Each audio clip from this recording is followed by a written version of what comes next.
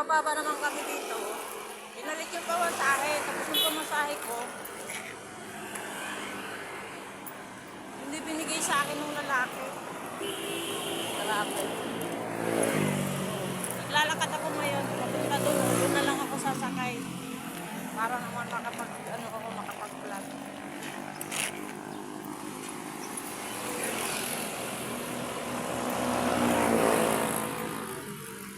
Loko yung driver naman. Binigay sa amin. Tapos yung isang swapang hinapot sa akin. Huwag lang yun. Maliit na halaga lang yun.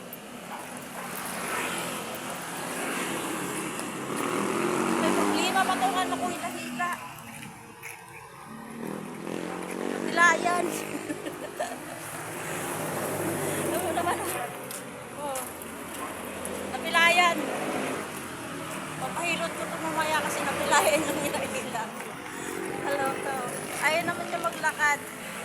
Ayaw na maglakad ng ano ko hila-hila.